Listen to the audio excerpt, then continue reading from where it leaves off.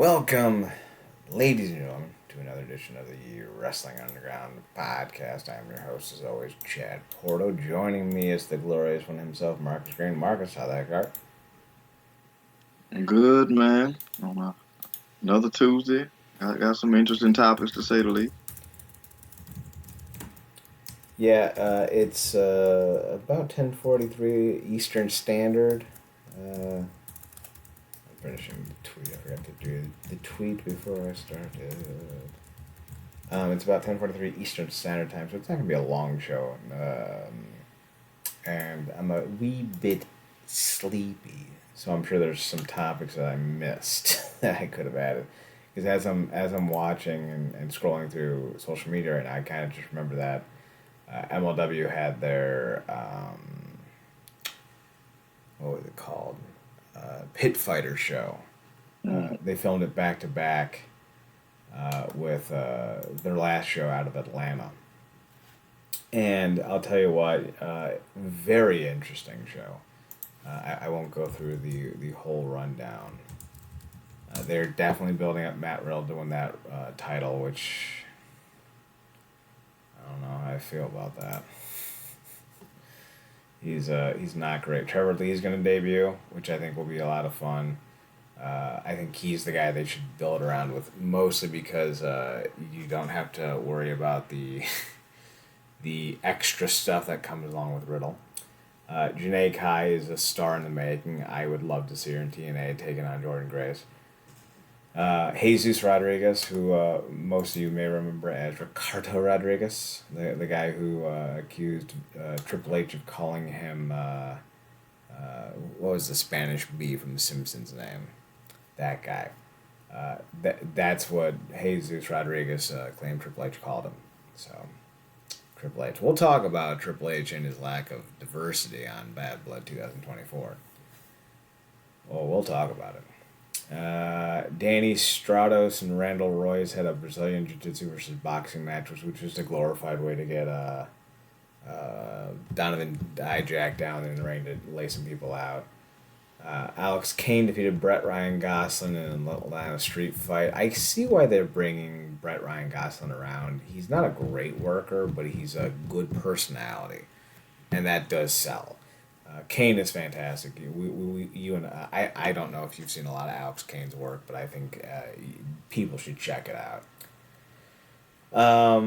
Akira Kwan defeated Akira in a Taipei taped fist death match. Basically, there are shards of glass in the center of the ring. You tape your fists up with the tape sticking out, and then you apply the knuckles and hands to the shard of glass in the center, and then you start punching people. Made famous in the IWA Mid-South with, who was it, Axel and Ian Rotten. Ian Rotten, what a piece of shit. Fun little match. Shocked Akira lost. He's another one of those names I thought they could build around. My only thought was if Akira lost, then maybe what they're doing is either they got plans for Akira Kwan or Akira is going to be heading out to new pasture soon. Because MLW doesn't keep guys for that long, and Akira's been there for 2 or 3 years, so it does seem like it'd be about time for him to venture elsewhere. Main event: Valley Tudo rules. Riddle defeated Tom Lawler. Fine match. Tom Lawler got fired by the World Titan Federation afterwards. Then Donovan Dijakovic, or Dijak, or whatever we're calling him these days, beat the shit out of Tom Lawler, so Tom Lawler had a face turn at the end of the show. Check it out. It's not the most, spectacular or trend-setting wrestling show you'll see this week, but it's fun. And I like fun wrestling. I don't like boring wrestling, Marcus, and that's really the first crux of the show. NWA 76, the yearly anniversary show. It's not always the 76. It's, last year was 75, next year will be 77. But this year is NWA 76. And the main event, of course, we already talked about was Tom Latimer taking on EC3 for the world title. This title change happened 3 weeks ago? 2 weeks ago? 3 weeks ago?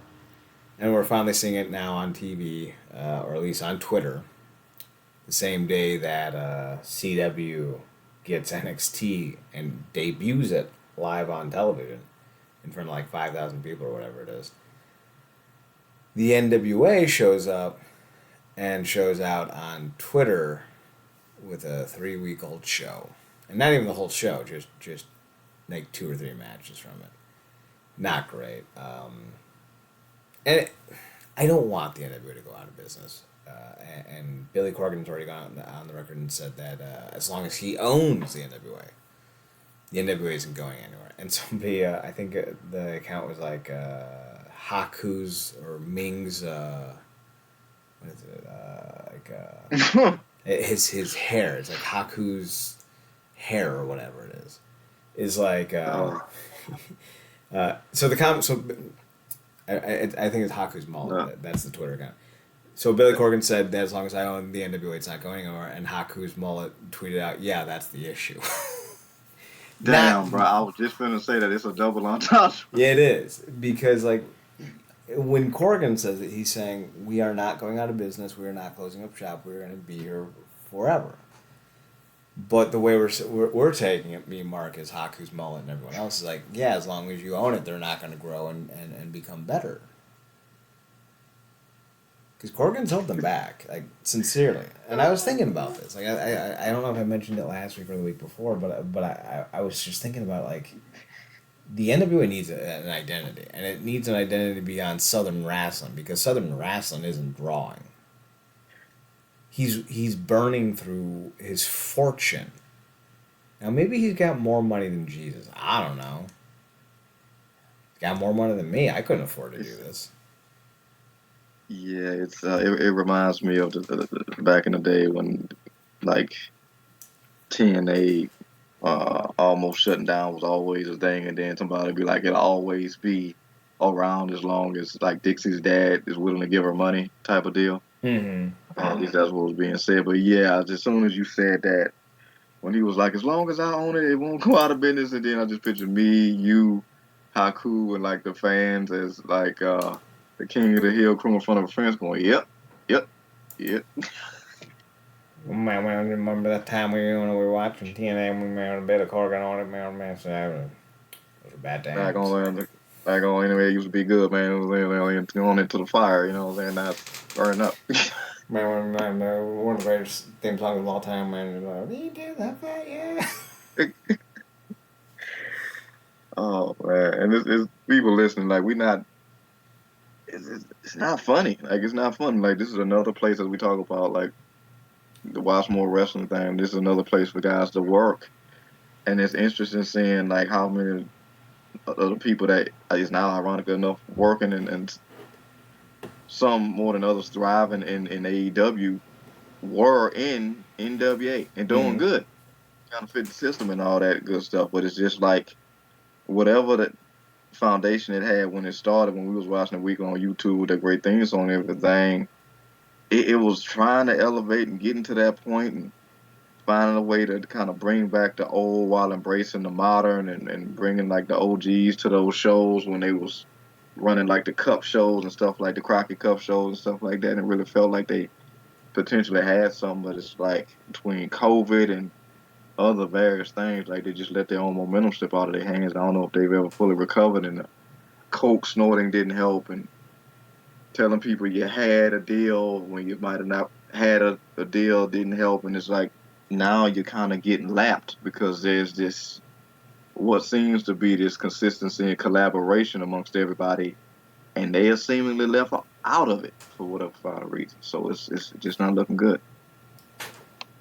I think the reason, if I may be so bold to insinuate, is that Billy Corgan doesn't have a friend in this world, at least when it comes to pro wrestling.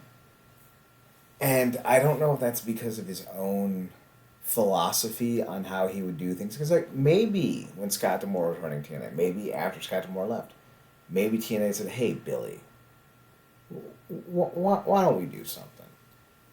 And he may have said something outlandish like, okay, I want Thrillbilly Silas to beat Josh Alexander in 4 seconds in the main event of Bound for Glory. Maybe he didn't. But knowing what I know about Billy Corgan, I feel like he'd be hard to work with. And if he's making outlandish kind of, demands, I can see why people aren't working with him. On the other hand, if I'm TNA, if I'm AEW, hell, if I'm MLW, I don't see a reason to work with him because he's doing a great job of, hindering his talent's development. Have you seen Natalia Markova? Do yourself a favor. Look her up right now. I'll carry the show for the next 45 seconds while you do so. And if I need to end the show early because you've seen her and your brain explodes, it's okay.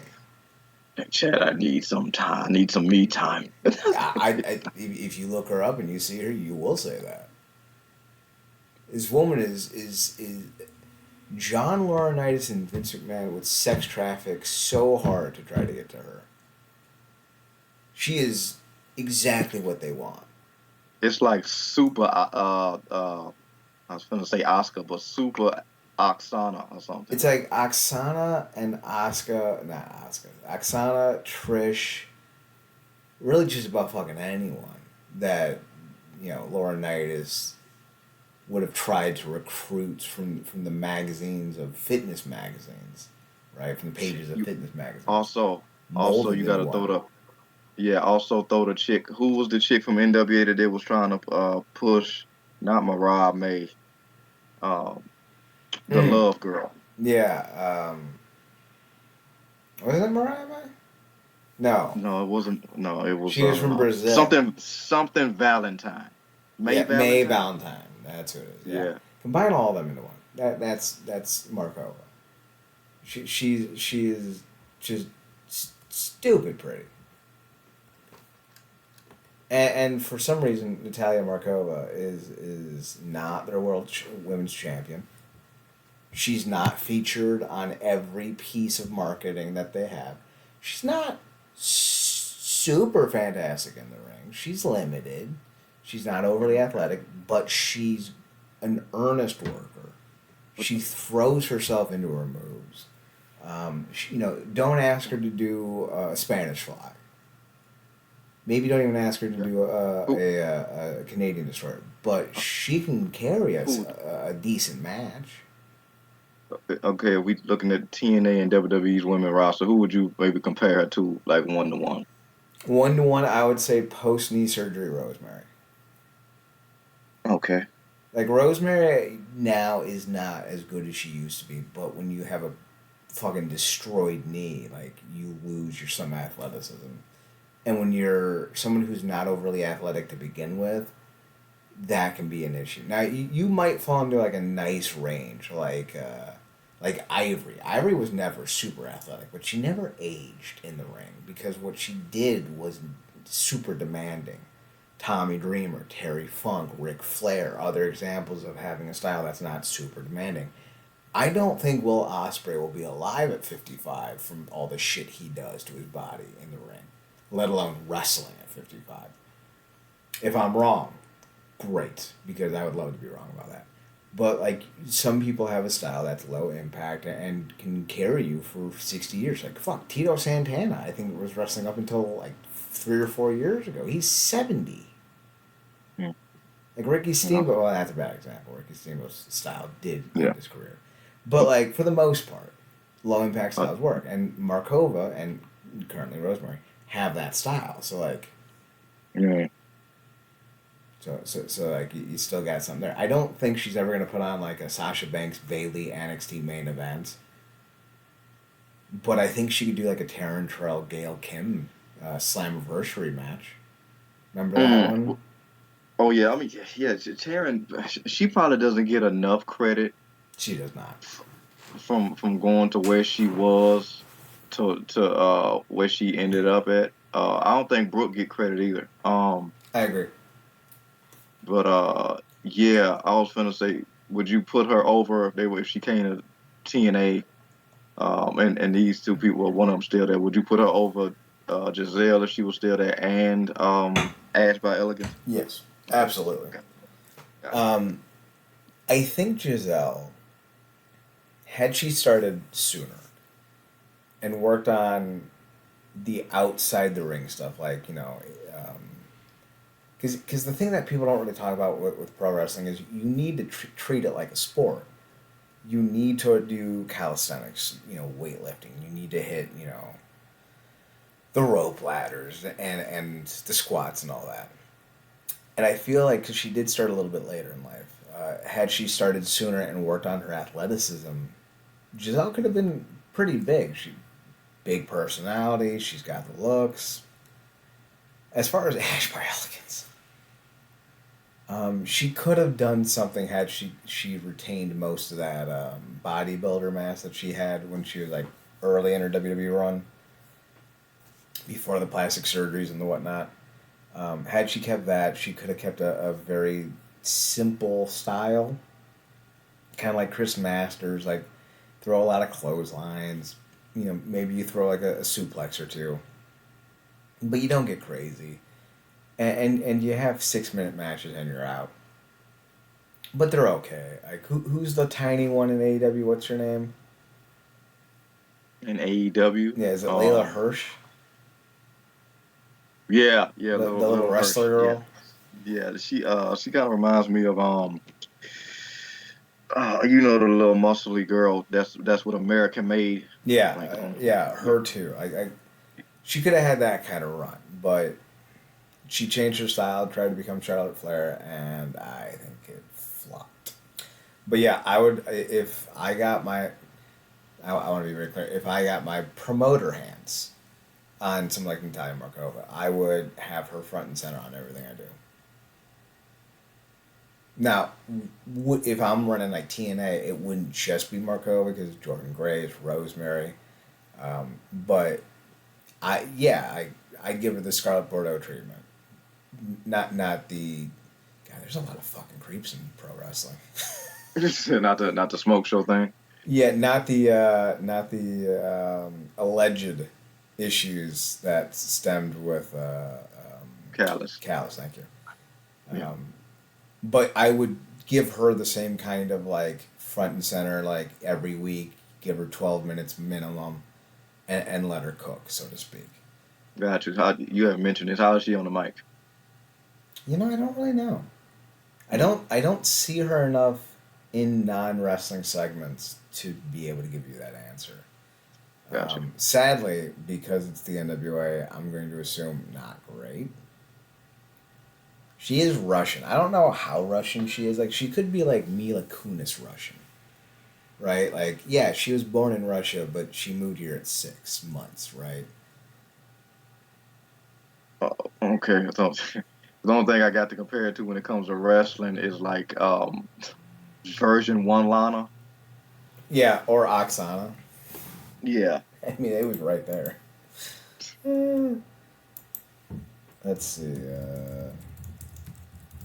I don't even know if she has an accent. I don't think I've ever actually seen an interview with her.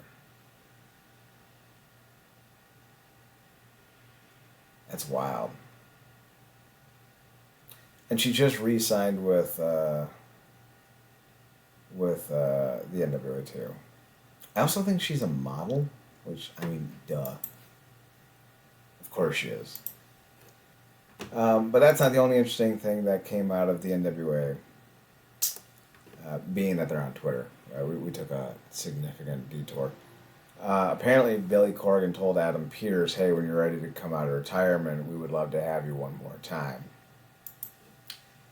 And like to me, like listen, I think the two biggest losses in the NWA's run, either pre or post Corgan, has been Adam Pearce and who would essentially be his predecessor or his contemporary, the person that came after him, Nick Aldis. Like those two dudes carried the NWA banner far longer and far how should I put this?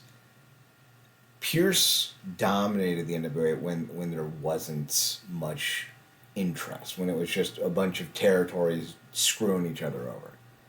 The whole Colt Cabana stuff. I don't know if you remember that, where they had like the 7 matches of hell. Fantastic. But Nick Aldis comes in during the what do they call it, the Lightning One era or what have you, legitimizes, brings everyone into focus. Becomes a centralizing point to it. And those two dudes since like 2008 to what 2022 2023 were the backbone of this company.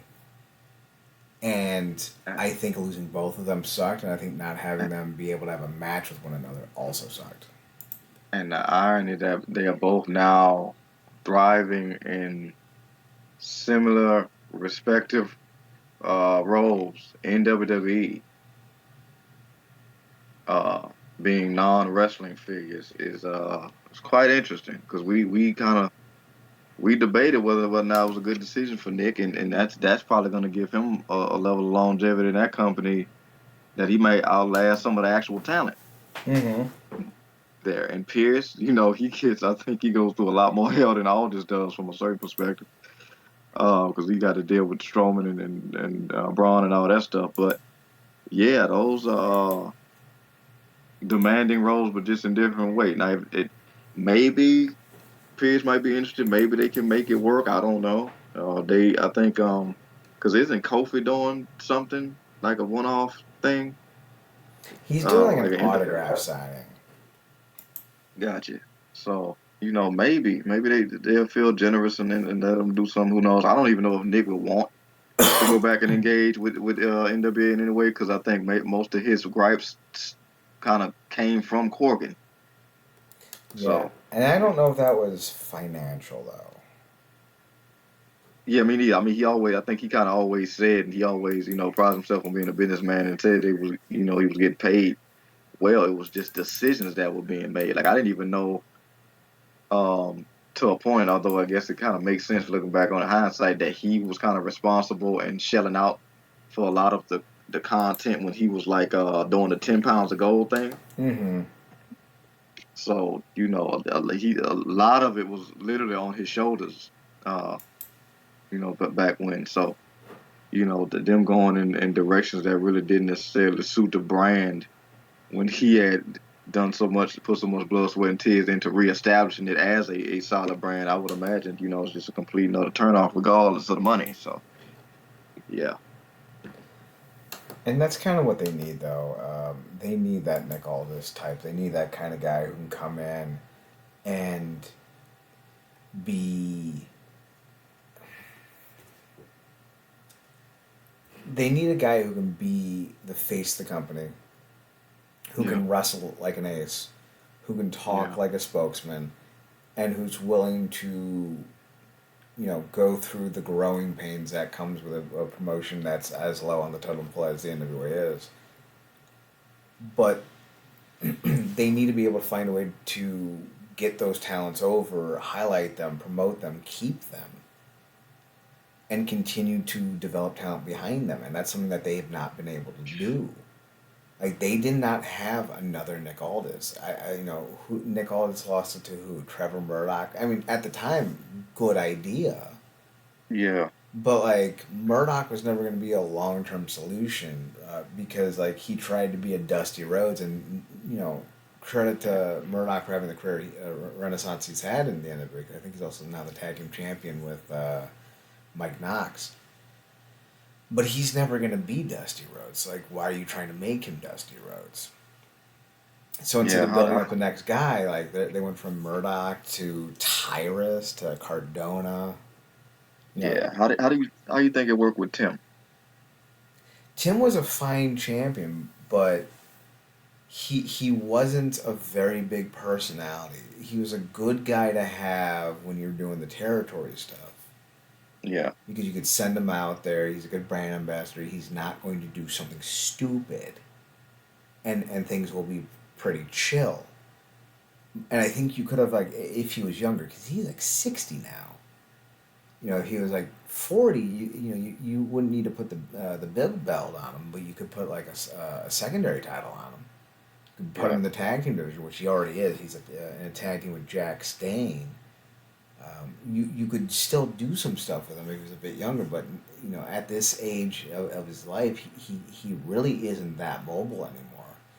and he's doing this weird Baron von Raschke kind of tribute gimmick, where he's just putting everyone in the claw and like, listen, adorable, cute, but it's not selling because you got a 60-year-old doing the gimmick of an 80-year-old. I think Baron von Raschke might be older than that, and I'm pretty sure he's dead. Baron von Mm. Raschke. No, that's von Raschke. No, Baron von Raschke's still alive. Apologies to Baron von Raschke. He is 84. Mm. And Tim Storm is doing his gimmick. Now, he's doing his gimmick in a sense where it's like he's got, brain damage, right? And Wait, what? yeah, so like the whole thing is like he suffered a concussion or something like that. So Tim Storm doesn't know who he is. So he thinks he's Baron von Raschke, and he wears Raschke's old robe, and he comes to the ring. I don't know if you know who Baron von Raschke is. I might be assuming too much. Baron von Raschke used to come down the ring with like a red robe, and he would like hold out his right hand as a claw, and he would clamp his left hand around his right wrist, and like that was like his pose, and that's what Tim Storm's been doing.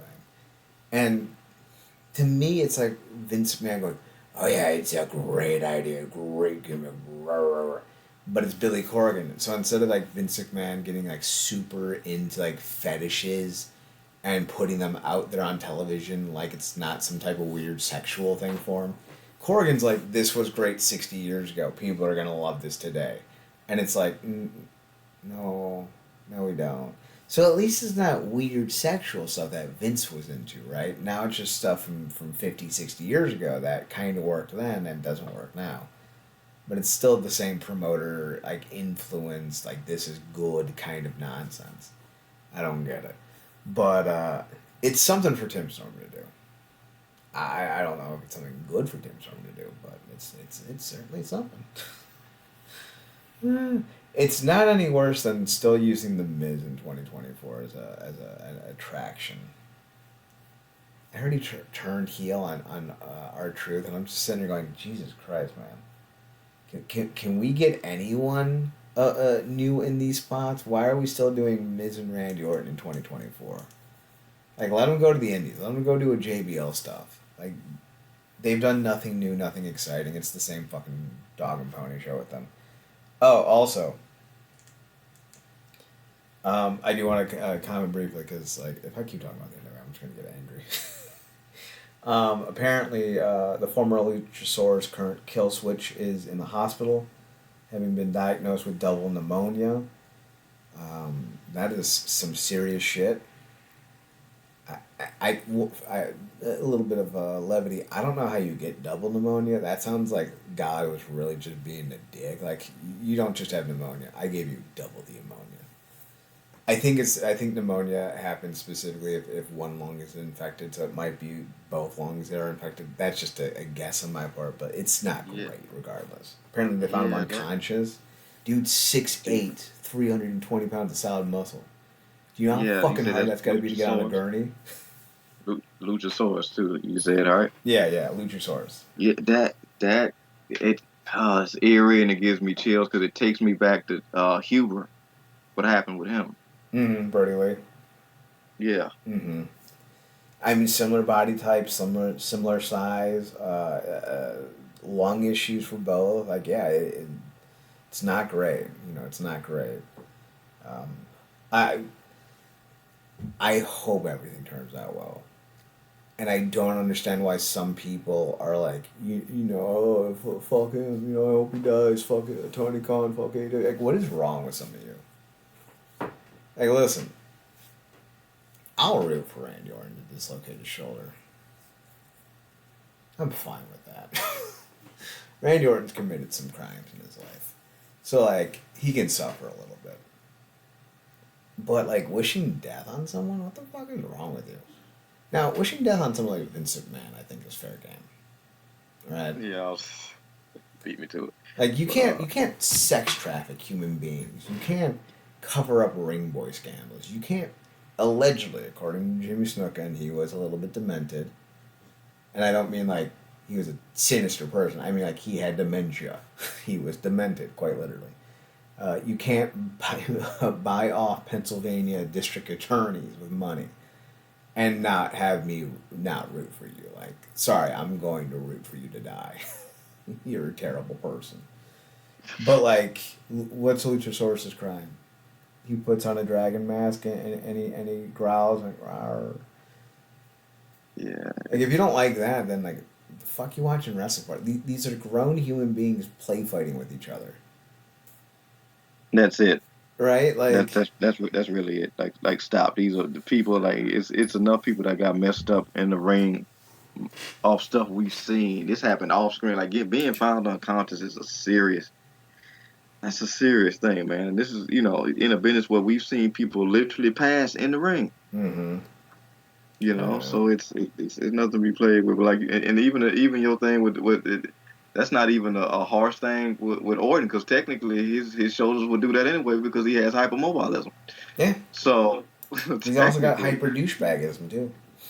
yeah. I mean, at most Chad's asking for him to have a really off Friday, but I just want him to retire and get the fuck off my television screen. Like that's it. Like I don't want him to suffer some grievous body. He's got a little kid. I want him to be able to play with his little kid, right?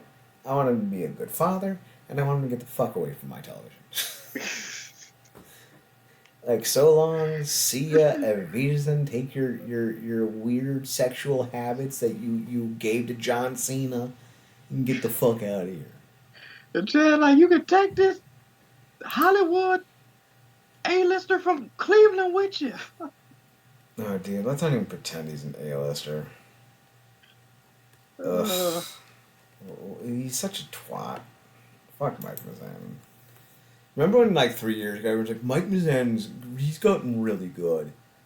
And I'm just sitting there going, Jesus Christ, how bad has this product gotten where we're saying that? That dude couldn't get on the football field at his local high school. And I know that for a fact. And we're going to sit here and pretend he's an athlete now? for a lot of those individuals, guys like Ciampa and Gargano also like their Osprey. Right? Like, So Gargano's good. Osprey's, Ciampa's good. They're not Osprey. Like, what are we doing? Comparing them being Ciampa and Gargano to The Miz, yeah, they look like fucking Will Osprey. They look like Swerve. They look like Ricochet. They look like Bret fucking Hart, right? The Miz looks like David Flair. In fact, I think I've enjoyed more David Flair matches in my life than I have Mike Mizanin matches. I can't think of one Miz match I've actually enjoyed. And I'm pretty sure there was a David Flair Norman Smiley match from like 2000 WCW when Norman was screaming Norman Smiley and it was the best thing on that program. So like, good chance I enjoyed at least one David Flair match. Never enjoyed a Miz match. No. All right, let's talk about WWE because crime in here we are. We're still doing the CM Punk Drew McIntyre feud. That's cool, I guess. Hey, remember when this feud started? I do, and it sucked then too. I'm sorry. AEW has Swerve having his childhood home burnt down by Adam Page because Swerve broke into Page's home and now gently laid his hands on his son. I think he stroked the baby's cheek or something like that. That is man violence. That is Sons of Anarchy. You shot my daughter. I burnt yours alive. Or no, you hit we my gotta daughter with a kill car. Star. Right? We gotta kill Star, damn it. Like you set my wife up to die. So now I tore apart your entire investigation and killed you in the process. Like this is like Sons of Anarchy stuff. WWE is like Degrassi stuff.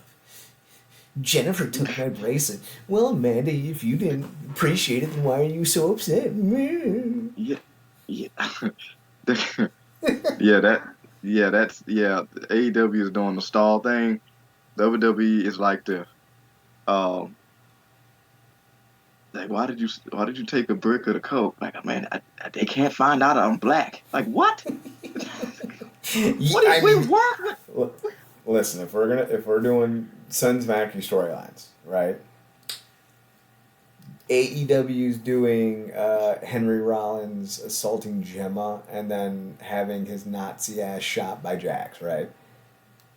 NWA's doing the I'm afraid to be black on television storyline involving Jews. It's like, Because if dude, you keep looking at the roster, there's not many of them. like, bro, we got a whole faction that we work with ever so sparingly. Mostly when it calls for when we're kind of out of options, but we got a whole faction um, of colored Sam Crow guys. Like, what are you talking about? Like, it just me and Chad going over this several times. Like, that entire storyline basically derailed. Just started a derailment for everything that happened in that final season. But yeah, it's not. By the way, I got to send you an interview.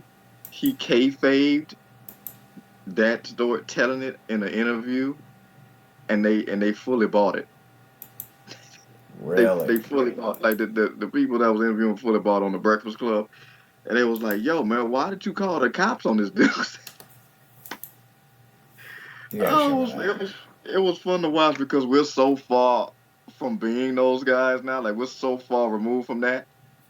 It's not even funny. So to see somebody actually, like, three people be like, why aren't you going out and trying to kill him? And Swear's like, I'm not medically cleared. Oh, it was a last to watch. But yeah, that's this Drew McIntyre Punk storyline. It's like, I can just imagine you sitting back there taking the McIntyre line, like, I didn't pray for this, but it happened anyway. I didn't want this. So it's they got one chance to deliver a final bang in that Hell in the Cell, man. I just hope. I guess my greatest hope is that Punk walks out of it not injured. Yeah, sadly, that's what I'm worried about too. Yeah. Now, the thing that I do want to point out, you said the final bang, right? I feel like that's a great title for DDP's last match, right? But Nice. also, I'm thinking CM Punk and Drew McIntyre. The only appropriate way to conclude this feud is the metaphorical wrestling match that was the final pyros for that AEW match. Remember that? What was that? The exploding barbed wire match? Yeah, this the one where like it um and God bless his heart, freaking Kingston sold the hell out of that. Ki- Kingston, yeah, Kingston sold. It's like it was the last half of a big movie with the explosion supposed to go off and it went off like a sparkler. Yeah, it yeah, you're not wrong about that, but I also don't want them to Orton edge it, Yeah. Yeah, because it's just like three matches too far, three matches too much, man. and honestly, man, I feel like we're at that point where three matches may have been. I think this is their third match, and I think we may be three matches too far already. I don't care about this feud, even a little bit. And they've tried. And like, listen, I'm gonna be controversial, but I believe what I'm saying. I think it's Drew McIntyre's fault. McIntyre's a hell of a worker. As a personality, he is one dimensional. He's angry Scottish. Roar. And it's like, all right, cool. Oh, he took a photo with Jungle Boy. Such a troll. Oh my god. Didn't Taryn Terrell dump your ass? Like, I'm sorry. He's when you jack yourself up to that size, you almost lose all of your personality. And the dude didn't have much of a personality to begin with. But like the whole warrior Scottish thing, like you're basically the Highlanders with more hair. Like, okay, cool, dope. Get off my fucking television screen. Was like, you're a Highlander, but your quickening's not quick enough. Get off my screen. That sensation you're feeling. matches. Like, what couldn't? Now, what I'm gonna say is, I've never really been a big McIntyre guy. In TNA, he was putting on some banger matches, and in his era of TNA, we were desperate for those. Yeah. WWE has plenty of great workers. They have plenty of fantastic personalities. They need to be used better and promoted better. But like, McIntyre's not that guy. McIntyre's not a needle mover. It's fitting that he won his first and maybe only, I don't know how many times he won the belt, but his first WWE Championship during the WrestleMania in 2020, because that's about how many fans I think would actually show up to buy a show. Zero. So I think it's fitting, right? I think they're spending a lot of time trying to get McIntyre over and to headline. And like, listen, great for sending him over to the UK. I think I think his match with was it Seth Rollins. No. Yeah. Was it Seth or was it Damian Priest? Oh, to the UK. Oh, yeah, Yeah. that was Priest. Yeah. Fucking awful world title match. I think he did help with the gate there because I think people want to see their hometown stars. Now, granted, they were in fucking Wales, I think, or like England. They weren't in Scotland. I know that much. So like I don't know how much he did to bring in the crowd on that one, but I think McIntyre's a headliner is stretching it a lot. I don't think he is. I think he's a mid-carder with a main event physique and a jobber personality. He's incompatible as a wrestler because he does. He has $1 billion body. He has $100,000 moveset, and he's got a 10-pound personality. 10 British pounds. I need more from these guys. I need more from this era of headliners. You either need to be as good in the ring as Will Ospreay is, or you need to be as commanding on the mic as CM Punk. It's not good enough as a headliner to split the difference. So for you, in terms of headliners right now for the company, who would you line up? What, Gunther? CM Punk, Gunther, maybe 2 or 3 names behind that. Who you picking? So definitely CM Punk and Gunther. I think those are 2 good calls. Roman only because he does have the needle moving aspect. I don't think he's a good personality. I don't think he's a good worker. But in the same Hulk Hogan sense, for some reason he's popular, so you're going to use him. Yeah. Like, you'd be foolish. I still think TNA getting Hulk Hogan in 2009 was a smart move. How they used him and what they allowed him to do was the issue. Definitely Cody, because again, Cody top 5 merch seller. Cody's Devin Booker, man. Like, listen, I'll put Cody out there 100 times out of 100. And I know I'll get a good promo 20 of those times. I'll get a really good match 25 out of those times. And the other, 45, 55 times, I think 55 if I do my math right, I'm going to get nonsense. I'm going to get an average match, or maybe I'm going to get Cody solves racism promos. But I know it's not half the time, but just shy of half the time, Cody's going to deliver. Because for all the Cody solves racisms, for all the Cody and Pentagon matches, for all the nonsense of him trying to get his wife to be the face of the women's division, he's had Cody and Nick Aldis. He's had, I don't need a partner, I need a brother. For all the times Cody's looked like a goon, Cody has delivered as well. I don't think it's 1-to-1. I think it's 1.25 to 1. I think you're going to get more Cody as a goon than he is Cody as a god. But I think he delivers more than most. So I would put Cody in that conversation.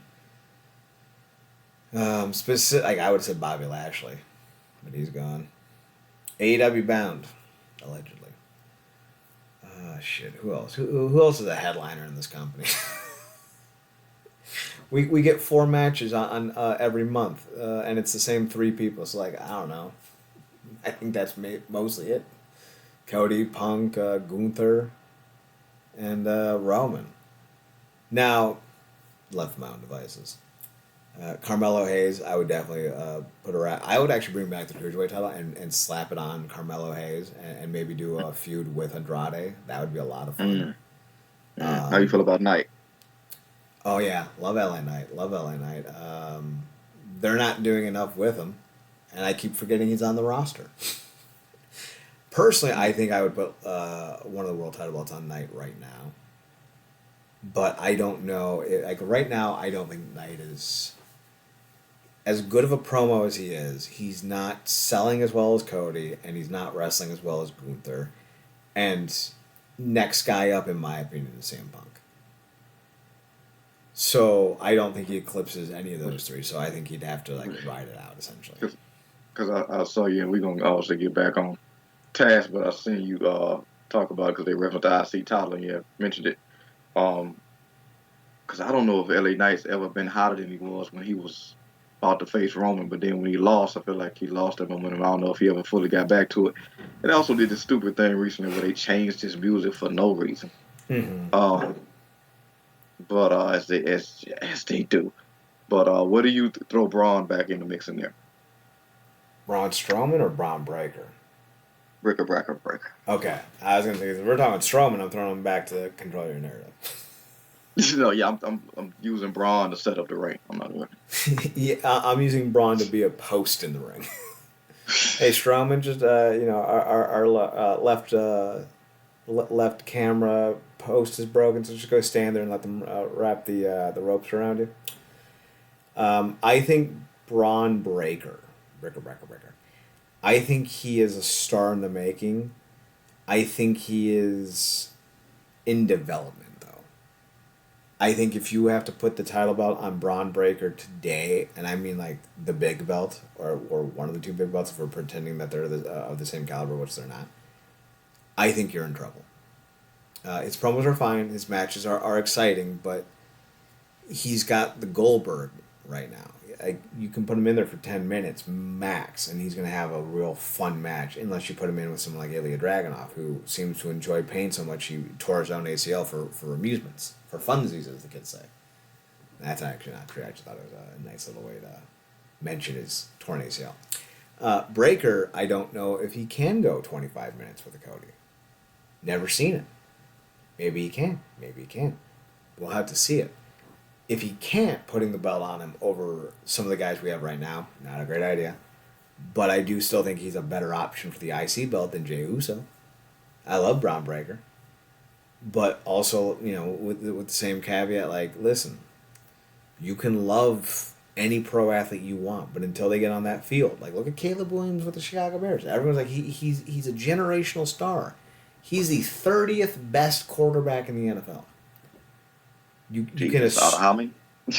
well, there's 32 starters, but like when you think about that, like when you think it's like see Caleb Williams struggling, Deshaun Watson was an All Pro in Houston. Now he can't throw the ball past 12 yards. When you see this, like when you see guys who are supposed to have these massive expectations come into a scenario, you do not know how they will deliver. You don't know if they're going to be better than expected, like a Peyton Manning. You don't know if they're going to rise above their expectations like a Kirk Cousins. You don't know if they're going to rise above their expectations to a new level that you couldn't fathom, like Tom Brady. Sometimes they suck. Bryce Young. Yeah, yeah. I mean, with the last class that we had that kind of tapered off, what it was RG3, Kirk Cousins, and who else? It was another guy, the guy that went to Indianapolis. Oh, Andrew Luck. Yeah, and Yeah, Andrew Luck was playing real well, but he kept getting beat up to the point where he's like, I don't love this enough to die for it, and he retired. And when you look at someone like Braun Breaker, like the direction he could go as a main eventer is endless, and that's yeah, not a good thing. He could be Goldberg, and I don't mean that as an insult. I mean like Goldberg grew. Goldberg grew a lot. yeah, He could be the next Brock Lesnar, like circa 2002, 2003 Brock Lesnar, not now. But like when Brock Lesnar was good and wasn't accused of participating in sex trafficking. He could be Jinder Mahal. All the size and talent in the world, nobody cares. He could be Braun Strowman. yeah. All the size and talent in the world, and people are actively leaving because he's on their screen. Yeah. There's a lot of directions Ron Breaker can go, but you need to Yeah. be patient with him to get there if you want him to Yeah. succeed. Definitely. I'm looking at names like I'm looking at Breaker. I'm looking at Dragonoff. I'm looking at Ludwig. He's another one. You think Lulu Kaiser could be a draw? Yeah, I think they do more with him. They put him in high pressure situations. He could be a draw. I think he got a lot of Dragonoff isms in him. In that regard. I don't put Gable out of the situation. Um, he's looking good. Um, yeah, it's they got some names in there. Like it's cool to see what's happening with Jay. But like you said, what Jay is close to what the 50s and he is 30, right? Mm-hmm. So um, Yeah, Jey Uso is like 40. yeah, yeah. It's so you definitely got some there. Like like you said, my boy Carmelo. They got Andrade. He's good. They got some names. Knight. Like I said, I don't know if he ever recovered from that range loss, but it is cool to see him as U.S. champion. So they can definitely do some things. I'd like to see them do with some of the names we just mentioned, like a chamber just for those guys, like a up and comer potential future world champion type chamber, Mm-hmm. and stuff like that. I think that'll be good. Like you have your world title chamber, and then you like the up and coming like a IC type title chamber type deal. I don't know if they've ever done that with the IC or US strap, but I think that could be cool. I think they did Um, actually. mm, but yeah, and that sucks with Dragunov, and I hope knock on wood that Breaker stays healthy because with a guy like that young, that dominant already running like what 25 or 26 miles an hour hitting the ropes, which is insane. Like you hope he never has any like ACL injuries or anything like that. But yeah, it's when you look at names like that, and then because McIntyre's either early 40s, early or mid 40s. Punk, if he's not in his 40s, his body is. So Oh, Punk's like it's 46. yeah. So it's why these Hell in a Cell matches, man. It's gonna be interesting seeing just exactly what they do. I don't have any qualm. I have no doubts they gonna go all out because they have to for the feud. But um, and I mean, ironically enough, like one name we didn't throw in there. Speaking of Braun, was what do you think? Where would you put Reed in that? Big Bronson. I would say that he is too inconsistently used to fairly judge him. So, like, when it Yeah, comes to expectations of headliners, I wouldn't. I wouldn't consider him one. gotcha, He's gotcha. great. Yeah, New Japan was really hoping that they could get him. You did not get a win over Okada. I don't care if it was the G1 or the main event of the January 4th Dome show. You do not get a win over Okada if you aren't seen as a huge star in the making. Bronson, I guess, wanted to be more local stateside, which, fair enough. I think he lives here. I know he's from New Zealand. yeah. But, man, I, th- I think they. I don't think New Japan recovered losing Bronson Reed when they did. There was a lot of potential there. There was a lot of excitement there, and he could have been huge for them. And sadly enough, they, for whatever reason, Bronson Reed didn't want to stick around. Yeah, and they don't necessarily have like the guys like that could be a monster in that regard. Like Cobb is cool, but Cobb has never really been that guy. Um, Fale is like the cool uncle at this point. Mm-hmm. Um, yeah, in a lot of ways.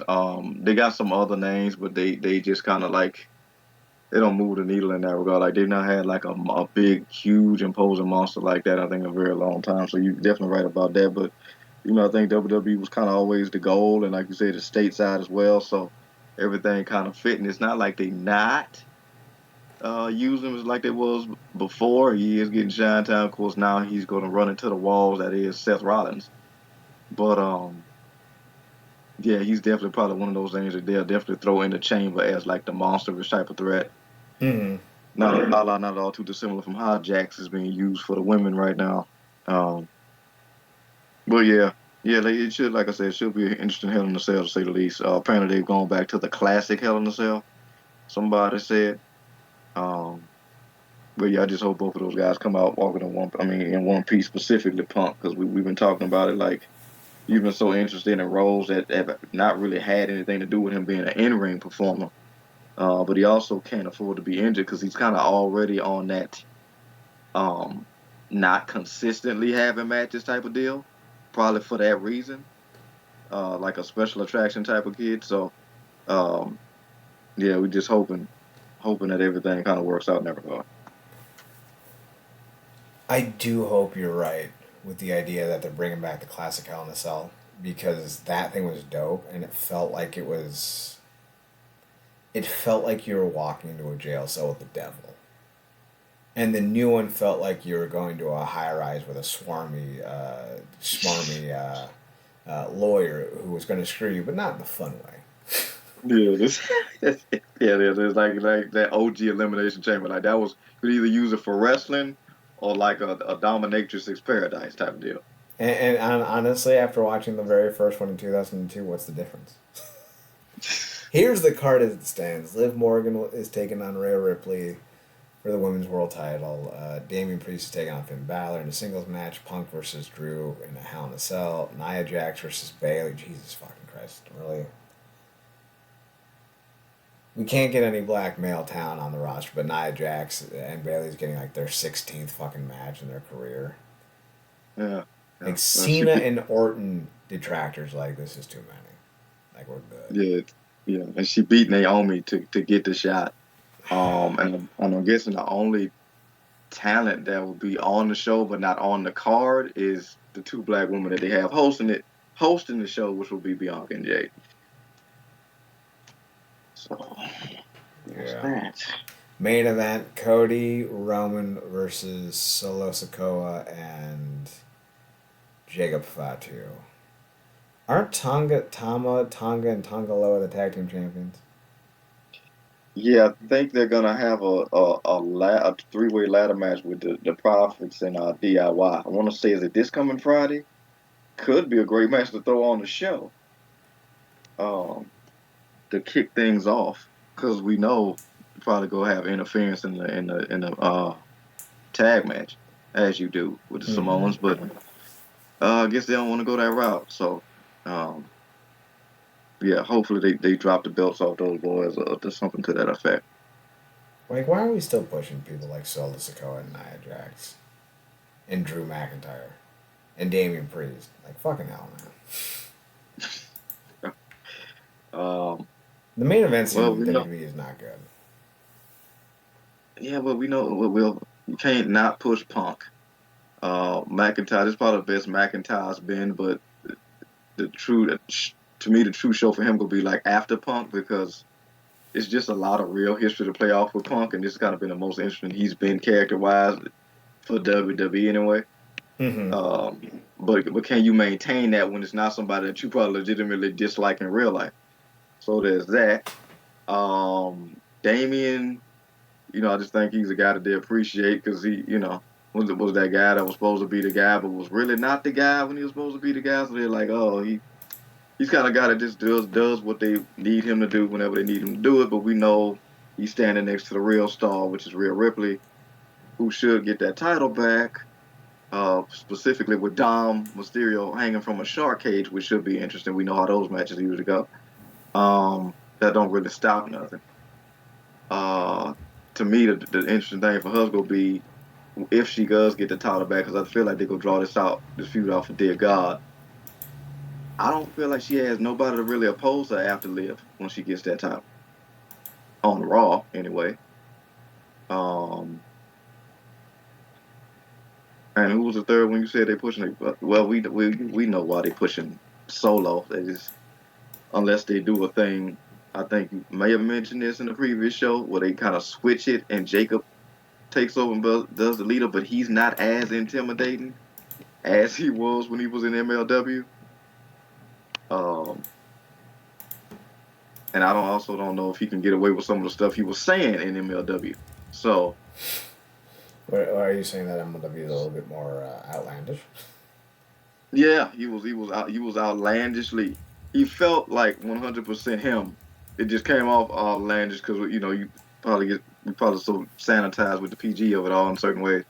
But with him being smaller, it does do a thing. I don't know. Yeah, and this would be a good question for you. Do you think?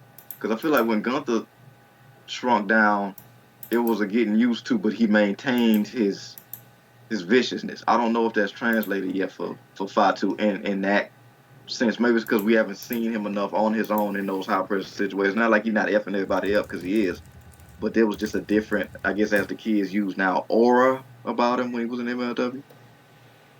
So I think with either instance, it's performance. Jacob Fatu could be bigger, he could be smaller. We have not seen WWE use Jacob Fatu the way MLW did. MLW really landed a bona fide classic when they put L.A. Park, the former WCW La Parka, in a ring with Jacob Fatu and said, hey, try to kill each other. We saw Fatu go nuts, and we saw what kind of a star he was, and he had the perfect handler in the Joseph Samael, the former NWA Sheik, former NWA World Champion. But with Gunther, same kind of transition, but he showed us that when he slimmed down, he kept his intensity and also got quicker. His endurance went up. If we can see Fatu be given one of those stupid ass matches that he used to have in MLW with this new slimmed down version, I don't think anyone will have any doubts that he can still go. But we do have to see it. Like the proof is in the pudding, and right now we haven't gotten a lot of proof. Yeah, you're not wrong about that. And then again, because it feels like we get the reveal of a new Rikishi kid a day on social media. Right? We know this isn't the end of incoming stars. We all feel like we've been alluding to Hick or Hell No for a long time now. Um, and I saw something they were talking about, like the other Uso brother may be problematic in some ways, why they not necessarily brought him in yet. So I don't know. You never know, but it's clear that they're heavily invested into long termness with this with these Samoans. So Well, and Jimmy's yet to come back. So and that's what I was about to say. Yeah, the youngest of them has some what's his name, Sofo, Sifu's, Sokoa, something like that. mm, Yeah, we know he's problematic. He keeps getting fired from promotions, but people don't want to say fired because they're like, hey, we want that rub. Um, but it's not like he's unique. Like, look at Jimmy. How many times has he been arrested? So there's some like look at Rikishi. Rikishi once showed up to an indie show. I forget what year it was, but he showed up to an indie show and tried to fight the promoter during a show. Like this is a family that really believes the WWE hype about the Anoa'i. Like they believe the hype. Like remember when Roman's father got mad because he didn't win the title? Like really? I wouldn't trust this family. There's too many instances that tells me that this family has an ego issue, and Roman seems to be the best of the bunch. Like I've never heard anything bad about Roman Reigns. He's in a monogamous family. He's raised his kids. He's survived cancer twice. And he seems to really only have issues with people if they cause issues in the locker room. So, like, cool. But the rest of his family are kind of dicks, if we're being honest. So, like, I don't know. I wouldn't put too much stock in the Usos or Rikishi or the larger family as a whole as far as headliners go.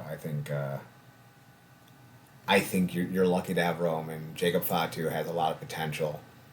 But outside of that, I think you are very careful with who you go with. That being said, I'm all about Tama Tonga. yeah. Hey, he's a broken person, right? Like, he clearly got kicked in the head by a donkey when he was a child. Oh Right? man. Like, I don't think his parents allowed him to play with lead paint. I think they said, no, Tama, lead paint will kill you. And Tom, at 6 years old, said, bet, and drank all the lead paint he could find. And they're like, no, Tama, don't. And Tom's like, yeah.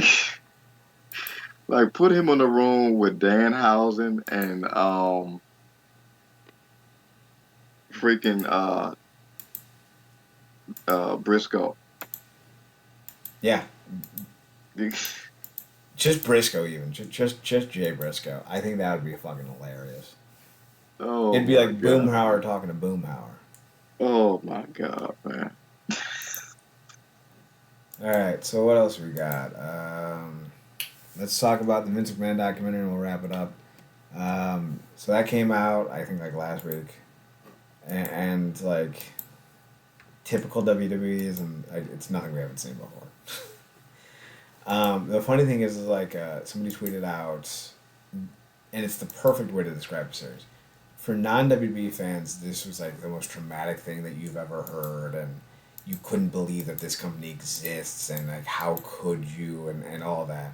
To a WWE fan, it's like, you haven't even gotten to the real fucked up shit yet. Like, they split the difference, and I think when you realize that they split the difference that hard, it becomes pretty clear why it was so kind of tepid with its reaction. Like, non fans were blown away by it, but real fans were like, "This ain't shit." Yeah, Jed, you got to do it for you. It was the worst tape. For you, it was the worst day of your life. For me, it was Tuesday, and that's how it felt. Exactly. That how there was nothing in this that I didn't already know. There was nothing in this that shocked me. There was nothing in this that made me think, oh yeah, this was worse than I thought. No, always known it was bad, always. And now, hopefully, more people can know that it's bad too. I do find it funny that like Vince is upset he tried to buy it. Like, yeah, of course he did. I think the funny thing is, without even talking about it, one of the biggest takeaways from all this is that more and more people will realize that anything the WWE says and anything going forward can't be trusted. It just can't. You can't trust anything they're saying about anything. In any documentary, in any commercial, in anything they do, you cannot trust them. Yeah, because think about it. Like, how long have they likely known about this documentary? Like, people that were still employed in the company are on it. I think Vince the is kicking docu. it off some. Yeah, Yeah, sorry not to interrupt, but I think the documentary was filmed at least a year ago because it was before Vince retired. yeah. So like, they've known about it for a while. They've known this is coming for a while. So like, what are we doing here? Yeah, he's kicking it off saying, "I wish I could tell you the really effed up stuff." Like they tell us, like, no, Like, you can't. Like, you can't. Like, we already know some of it. The Ring Boy scandal, the Jimmy Snuka stuff, like the sex trafficking Yeah, with John Laurinaitis and Brock Lesnar. Like, you can. You can tell us. It'll just ruin your life even more than it already is. which is why he likely tried to add his pool because this is only adding fuel to an already burning fire that he helped light. Like Yup. the only thing that I guess was mildly surprising just how much of a cognitive dissonance he has between who he thinks he is versus who he's always been. Like he is the Mr. McMahon character. There Yeah. is no, it ain't turned up to 100. This is you. But he really thinks like it's came up with this idea like he got like his regular brain, then like two or three other brains that's coming up with some other weird stuff. And he mentioned this weird thing too. Cause you watched the whole thing, right? Yeah. Uh, when he said that thing about like I got multiple brains and I'm talking to you right now, focusing on what you're saying. Then there's this other brain that's coming up thinking about something else, and he's like, "What's the other brain thing about? Like something devious and naughty, probably sex." And when he said that of all the things that flashed in my brain that was likely sexually related with him, not one instance did I envision his wife being involved in. Yeah. Well, there's a reason why they're either getting divorced or are divorced. And the minute he said that, I'm like, everything that poor woman that he was trying to pass off to everybody said is true. Mm-hmm. Cause all them scenarios that was in them texts, I'm like, that's what he was basically alluding to. Yeah. All that freaky crap and all that stuff. But the way he literally thinks there's this man behind the maniacal character we saw that nobody really has a good square deal on, versus the dudes that literally on screen tried to come up with a storyline. Well, not only would his daughter get really married on a pay-per-view, but he would in storyline get her pregnant. Yeah. It's just, and that's the light part of it. Then you got, of course, we got confirmed that Hulk Hogan is a lying piece of garbage. That he continue lying piece of garbage with the Jesse Ventura stuff, all the stuff with the Montreal screw job. The fact that they even put Tony Atlas's goofy ass on there. But also, thank God they did. I was up like, he can't even help but not confirm the BS with him being a weirdo himself. Like, I'm like, this is a dude that wears a cutoff shirt with a tie. Yeah. This is you already like it. So it's just like that was probably the light form of. You could tell like the people that was reacting to this that are non wrestling fans don't even know about Dark Side of the Ring. No. Don't even know about Dark Side of the Ring. So it's just like, yeah, I don't know if they're gonna come out with a part two. I mean, obviously it kind of be hard because obviously you're not gonna get the other half of it because obviously nobody's gonna want to participate now. Um, and if they do, they go kind of be mums the word with everything that's going on. So, but yeah, I mean, it was just like you said, it was a Tuesday for us in a freaking like one of them bus flip Fridays where everybody gets fired randomly for everybody else. But it's a lot of these about to come out on a lot of different people, so it's gonna be interesting. I look forward to seeing how this plays out, but no time for that tonight. I am exhausted. So we're gonna call it there. Be sure to check out the website realnerdcorp.com, realnerdcorp.com. We're gonna get around to that name change eventually. The Twitter account. What is the Twitter account? The Twitter account is still at NerdCorp, so check us out there. YouTube and Twitch is Wrestling Underground or The Wrestling Underground. I think it's just Wrestling Underground. Yeah, at Wrestling Underground. So check us out there. Marcus, you're on Twitter. Paradox Kid, PARADOXKID. That's me. You can also find him on his other podcast, The True Penny Show, over on Twitter. It is TRUEPENNYSHOW. They usually talk about GLEAT, so go check them out. Osprey going to be doing some GLEAT stuff, right? Or is it Ricochet? Yeah, Ricochet. Ricochet's going to be showing up on GLEAT, so check them out. GLEAT's GLEETS, or no, actually, it's just GLEET. There it is. So for I'm on Twitter, Chad Nerdcorp, CHADNERDCRP, and on Instagram at ChadSphoto at CHADSPHUTOHUT. We'll be back next Tuesday for another edition of the Wrestling Underground podcast. I forgot my fucking outro. Thanks for tuning in. Thanks for checking us out. Thanks for giving us a chance. Remember, as always, to watch more wrestling. Marcus, take us on. Good night.